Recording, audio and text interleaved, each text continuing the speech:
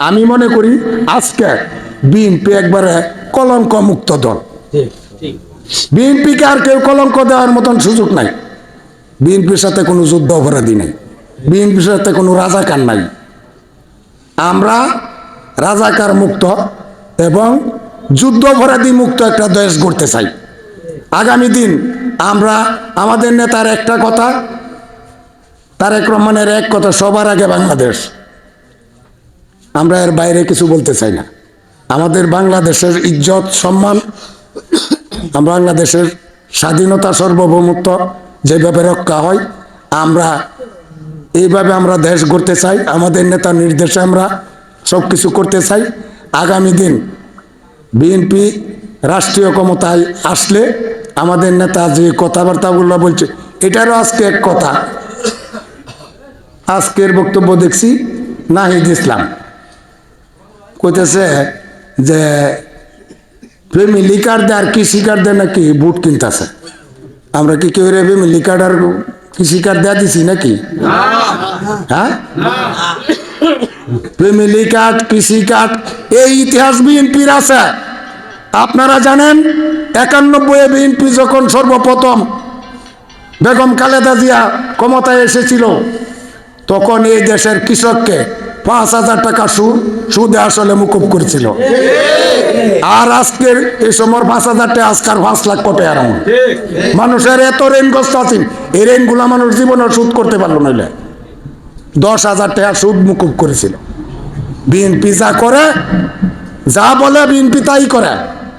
BNP রাষ্ট্রীয় ক্ষমতায় এই পর্যন্ত শহীদ রাষ্ট্রপতি জিয়াউর রহমান, খালেদা জিয়া 5 বার বিএনপি রাষ্ট্রীয় ক্ষমতায় অধিষ্ঠিত ছিল। আর তোমরার ইতিহাস মানুষ জানে, একবার বিএনপির লগে আইস 17 আসন, আর একবার বিএনপির লগে আইস 18 আসন, আওয়ামী লীগের লগে গেছ 3 আসন, জাতীয় পার্টির লগে গেছ 2 আসন। তোমরা পুঞ্জি কিন্তু দূর হই, মানুষ কিন্তু সবাই জানে, তোমরা সবাই চিনে।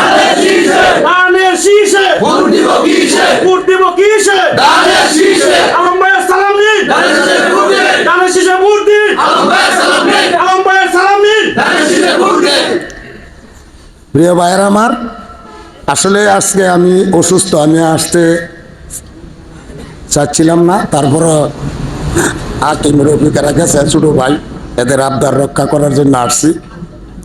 আপনারা অনেক ধৈর্য সহকারে এখানে আসছেন, কথাগুলো শুনছেন। আমি মনে করি আমাদের সামনে আর বসে থাকার সময় নাই।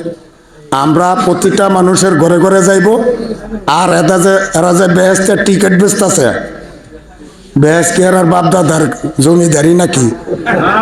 হ্যাঁ, বাপ দাদার জমিদারি যে আমার বাপের টাইলের 2 মণ ধান দিলাম, তোমার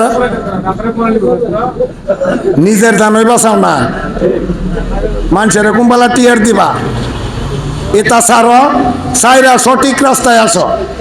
আর যে কোনো ষড়যন্ত্র আমরা সজাগ দৃষ্টি রাখবো এবং আমরা মোকাবিলা করব।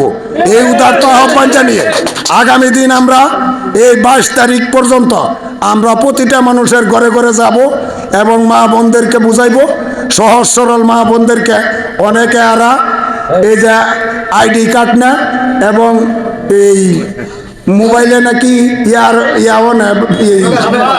নাম্বার না সাইরে এদেরকে হ্যান দিব তেন দিব এইসব কথাবার্তা বলে। এইগুলা যে সব জায়গাতে কোনো জায়গায় বলে, এদেরকে আটকায় রাখে আমাকে খবর দেবে। এই ধরনের কোনো লোকজন যেন গ্রামে আইসা কোনো এইসব কথাবার্তা না বলতে পারে, এই সুদৃষ্টি রাখবেন। আর আগামী জাতীয় সংসদ নির্বাচন আপনারা জানেন, আমাদের নেতার একটা কথা আছে, তারেক রহমানের একটা বক্তব্য আপনারা তো শুনছেন বুধা, কি কইছে যে তাহাজ্জুদের নামাজ পড়া কেন যাওয়ার লাগে। আমরা এই কথা যেন সবাই স্মরণ রাখি। আমরা দল করি, দলের নির্দেশনা যেন মানি। দলের চেয়ারম্যান সাহেব যে কথাগুলো বলছে আমরা যেন এই কথাগুলা অক্ষরে অক্ষরে পালন করি, এই উদারতা আহ্বান জানিয়ে আগামী মানুষের ঘরে ঘরে যাব, প্রতিটা মানুষকে আমরা আমাদের নেতার কথাগুলো বলবো এবং আগামী 4 ফেব্রুয়ারি আমাদের নেতা জনাব শরীফুল আলম সাহেব রামদিনানে আবার সময় দিবেন, আমরা যেন সবাই সুদৃষ্টি রাখি এবং আমরা নেতা যেদিন আসবে এদিন আমাদের কাজ মানুষের তাকে আমরা সব কিছু বেঁধে রেখা আমাদের নেতার পিছনে যেন সময় দেই।